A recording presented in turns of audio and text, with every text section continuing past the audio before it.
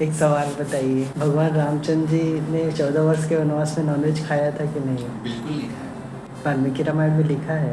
क्या लिखा है वाल्मीकि रामायण में कि मांस खाया था? हाँ, कई जगह ऐसा प्रसंग आता है। लोगों को संस्कृत थोड़ा पढ़ना चाहिए, क्योंकि संस्कृत में भी कुछ शब्दों के दो मतलब होते हैं। मांस का मतलब सिर्फ नॉनवेज नहीं होता है, मीट फ्लैश नहीं होता है।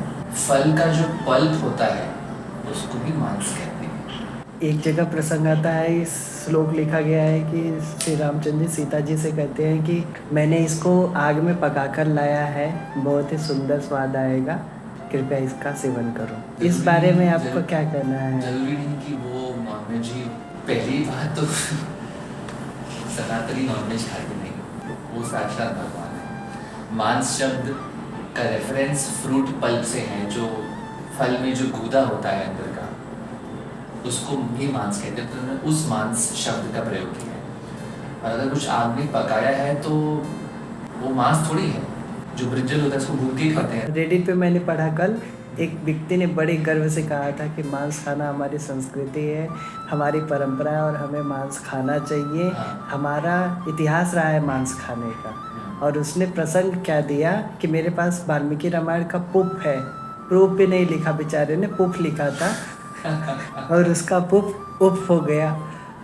उसने लिखा था कि सीता जी गंगा माता से प्रार्थना करती हैं कि हे माँ गंगा, अगर मैं अयोध्या अच्छे से पहुंच गई तो मैं आपको सूरा चढ़ाऊंगी 1000 घड़े और मांस और भात का खिचड़ी बना के खिलाऊंगी। तो कहते हैं कि सीता जी ने तो बोला था कि मांस और भात का खिचड़ी बना के खिलाने के लिए। भात मांस में मांस शब्द का अर्थ क्या है? भात मांस में मांस शब्द का अर्थ अक्सर उड़द के दाल के लिए भी होता है, और लोग यहाँ पे मांस शब्द से सिर्फ मांस ही समझते हैं।